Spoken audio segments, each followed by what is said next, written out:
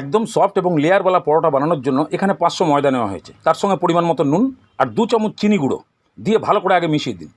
এবারে আঙুল দিলে সহ্য করতে পারা যাবে এরকম গরম জল অল্প অল্প করে দিয়ে একটা সফট ডো তৈরি করে ফেলুন। বেশ ভালো করে উল্টে পাল্টে একদম ঠাসিয়ে ঠাসিয়ে মাখুন। এবার 2-3 চামচ রিফাইন তেল দিয়ে ভালো করে আরও 5-7 মিনিট মেখে নিন। ভালো করে মাখা হয়ে গেলে উপরে সামান্য রিফাইন তেল লাগিয়ে দিয়ে 8 ঘন্টা ঢাকনা দিয়ে রেখে দিন। 8 ঘন্টা পর একটু বড় বড় সাইজের লেচি কেটে আগে লেচিগুলোকে রেডি করুন, তারপরে লেচির উপরে সামান্য রিফাইন তেল মাখিয়ে ঢাকনা দিয়ে রাখুন। এবার একটা বাটিতে সামান্য রিফাইন তেল আর 2 চামচ ময়দা দিয়ে একটা লিকুইড পেস্ট বানিয়ে রেখে দিন। এবার একটা করে লেচি নিন আর ময়দা দিয়ে যতটা সম্ভব পাতলা করে বেলে ফেলুন। ওপরে ওই ময়দার লিকুইড পেস্ট দিয়ে ভালো করে মাখিয়ে দিন।